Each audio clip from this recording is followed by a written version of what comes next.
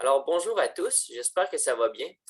Aujourd'hui, je vais faire une courte présentation d'un régime dictatorial, celui de Benito Mussolini, qui se passe entre le début et la moitié du 20e siècle, donc qui va se nommer le fascisme. Donc, avant de commencer la présentation, je pense que c'est important de mettre les points sur les i, puis de dire un peu c'est quoi une dictature avant de prouver qu'un régime euh, s'associe à une dictature. Donc, selon cette définition, la dictature est un régime politique autoritaire établi et maintenu par la violence à caractère exceptionnel et illégitime. Elle surgit dans des crises sociales très graves où elle sert à précipiter l'évolution en cours. Donc, c'est vraiment sur le début de cette définition-là que j'ai basé ma présentation sur les éléments que j'ai mis en noir. Donc, la présence d'un régime politique autoritaire, qu'on va voir un peu plus tard, l'utilisation de la violence ou de la force pour y avoir accès et la maintenir. Ce sera aussi un régime qui est à caractère exceptionnel et illégitime et il va survenir lors d'une crise sociale très grave. Donc, on va faire une courte présentation du dictateur Benito Mussolini. Ce dernier est né le 29 juillet 1883 en Romagne, qui est une région de l'Italie. Son prénom, en fait, Benito, vient du révolutionnaire Benito Juárez. Donc, c'est son père qui avait choisi ce nom-là. Son père qui était un militant anarchiste. Et Benito Mussolini, là, qui a vraiment grandi dans un environnement, dans une famille dénonçant les inégalités sociales. Et il a vraiment grandi dans ce moule-là. L'idée d'être un révolutionnaire était vraiment ancrée en lui. On le décrit comme étant turbulent, violent et brutal, de plus en plus qu'il évolue. Il a des idées révolutionnaires et internationalistes dans son plus jeune âge, et on va voir que ça va changer un peu plus là, lorsque le personnage va évoluer. Il est devenu un journaliste politique qui a gagné beaucoup en popularité par ses articles qui étaient vraiment qui attiraient beaucoup l'attention et qui se confondait pas nécessairement à la masse des autres articles. Là. Il avait des idées très claires, très précises, qui ne plaisaient pas nécessairement à tout le monde, mais il a commencé à devenir de plus en plus crédible au fil du temps avec ses articles. Pour poursuivre, il va s'inscrire au Parti socialiste italien en 1900. Et 12 ans plus tard, il va devenir directeur du journal national de l'Avanti, qui est en fait le journal du Parti socialiste italien officiel. Et là, il va y avoir un détournement de situation. Benito Mussolini, qui était beaucoup ancré dans le socialisme, il y a eu un certain conflit par rapport à l'entrée en guerre en 1914, la Grande Guerre. Benito Mussolini, qui n'était pas d'accord pour que son pays s'abstienne d'intervenir. Lui, il voulait que son pays entre en guerre et qu'il défende sa patrie au fond. Là. Donc, il va s'engager comme soldat pendant 2 ans. Et c'est un peu là que va naître son grand sentiment nationaliste. On peut faire aussi un parallèle avec Hitler, là, qui avait fait un parcours similaire et qui était allé à la guerre. Et lorsqu'il était revenu, il avait une vision assez claire de ce qu'il voulait comme pays. Donc là, j'ai mis une image à droite pour démontrer un peu la gauche et la droite politique. Donc, on voit le socialisme à gauche, donc qui est une politique de gauche, à côté du communisme. Et à droite, on a vraiment le fascisme et le conservatisme. Donc, c'est quand même spécial de voir qu'un personnage comme Benito Mussolini a complètement changé de vision politique, allant de la gauche vers l'extrême droite. Donc là, plus tard, il va y avoir un grand gain de popularité du nationalisme en Italie. Et Benito Mussolini va accentuer ça en faisant, il est encore un journaliste politique, il va gagner en crédibilité Et plus tard, il va aussi fonder les faisceaux de combat, qu'on va reparler un peu plus tard, qui va lui servir à prendre le pouvoir par la force. Donc là, il va vraiment commencer à intimider ses opposants politiques, donc qui vont être ses anciens compatriotes de gauche. Il va s'opposer à eux, il va lancer des campagnes d'intimidation avec les faisceaux de combat, qui est sa propre armée, au fond. Et là, plus tard, il va devenir chef du Parti national fasciste, président du Conseil, avec le support du roi à cette époque. Puis là, on va voir apparaître le début de la dictature fasciste. Donc, comment prouver que le fascisme est une dictature? Hein? C'est ça le point de la présentation, en fait. Donc, comme j'ai dit au début, on va passer ça sur les 3 points que j'ai mentionnés ici. Donc, un régime politique autoritaire, l'utilisation de la violence et de la force, et un changement de régime qui va survenir lors d'une crise sociale grave par la volonté de changement et d'évolution de la population. Donc, quand on parle de crise sociale, ben, c'est exactement ça qui va se passer après la Grande Guerre. Faut dire là, que, on va parler un peu du contexte au fond.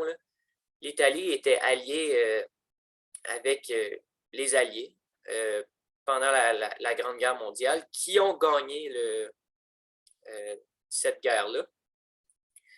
Et en s'alliant aux Alliés, l'Italie s'était fait promettre d'avoir certains territoires. Par contre, à la fin de la guerre, ils n'ont pas obtenu ces territoires-là, ce qui a créé beaucoup de colère et de frustration dans la population italienne. Ensuite de ça, bien évidemment, à cause de la guerre, ils ont perdu énormément de soldats. C'est le début d'une grande crise économique aussi. Il y a plusieurs chômeurs, plusieurs grèves qui se passent. Les employés ne sont pas contents de leurs conditions. Et les choses vont vraiment de plus en plus mal là, depuis la Grande Guerre en Italie.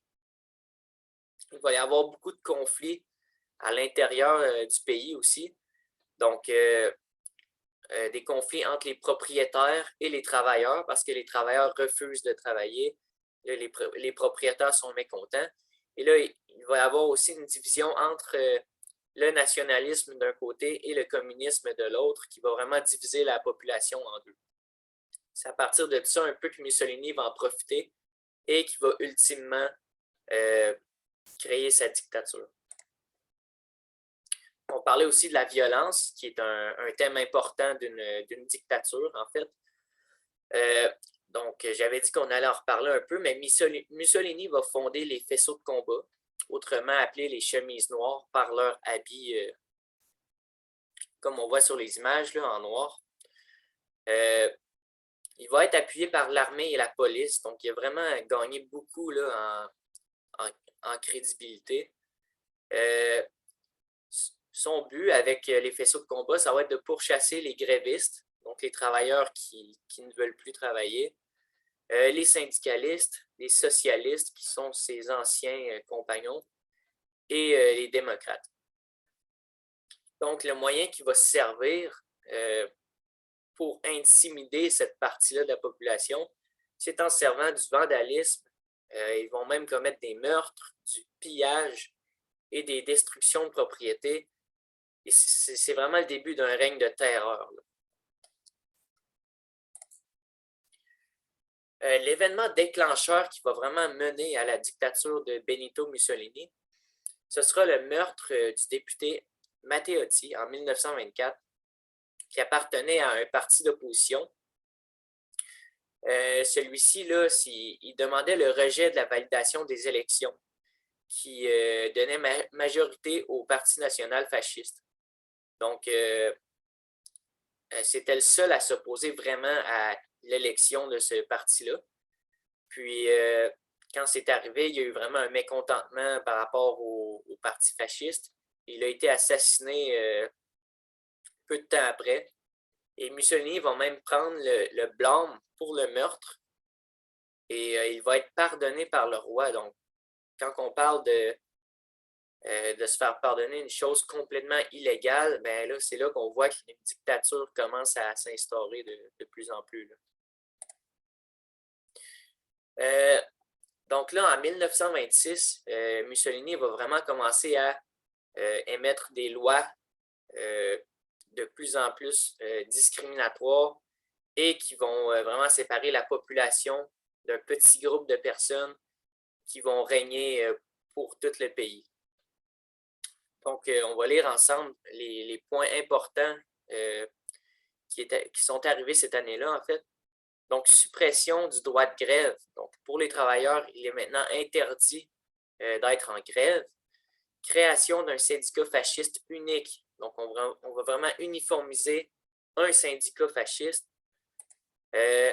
Loi de défense de l'État ou les lois fascisticisme qui vont entraîner la dissolution de toutes les organisations politiques ou syndicales non fascistes. Donc, on interdit en fait l'opposition, c'est clairement ça. Il va aussi y avoir la création de l'OVRA, qui est l'Organisation de vigilance et de répression de l'antifascisme. Il va y avoir ensuite la création d'un tribunal spécial de défense de l'État. Le Parti national fasciste devient un parti unique. Donc, encore là, aucune opposition. Et il va y avoir un contrôle et une épuration de l'administration et de la presse. Donc, on va parler un peu plus tard de propagande, là. Donc, vraiment le pouvoir sur l'information qui circule. La propagande, en fait, on voit les affiches, là. Le but est de vanter les mérites de Benito Mussolini et de gagner en confiance auprès de la population en conditionnant leur esprit. D'ailleurs, le ministère de l'Éducation qui va devenir le ministère de la propagande. Donc, on voit les images, là. Ici, c'est le dictateur Benito Mussolini aux côtés du roi. Et on peut voir l'aigle aussi en arrière, l'aigle qui va représenter la force et le prestige. Ici, à droite, complètement, c'est une affiche pour regrouper des gens dans les faisceaux de combat. Donc, le groupe qui servait à semer la terreur là, en Italie. Et ici, on a une image là, pour encourager les jeunes à rejoindre l'armée en disant que ceux qui ne rejoignaient pas l'armée étaient des bâtards, là, selon la traduction. Donc, vraiment des affiches qui vont servir à rallier le plus de monde de son côté. Donc, pour conclure la présentation, je pense qu'il est évident que le fascisme est une dictature qui s'est déroulée au 20e siècle. Comme on a parlé un peu, les éléments qui prouvent cette affirmation-là sont l'utilisation de la violence, l'instauration d'un régime totalitaire pour toutes les lois qui ont été mises en place qu'on a vues, là. La propagande aussi qui a été un outil pour vraiment donner encore plus de pouvoir et de crédibilité aux dictateurs. Et l'apparition de cette dictature-là aussi qui est arrivée suite à une grande période de crise, comme plusieurs autres dictatures là, sont arrivées là, en fin de compte. Donc, ça va conclure ma présentation. Je vous remercie beaucoup de m'avoir écouté et en vous souhaitant une très belle journée.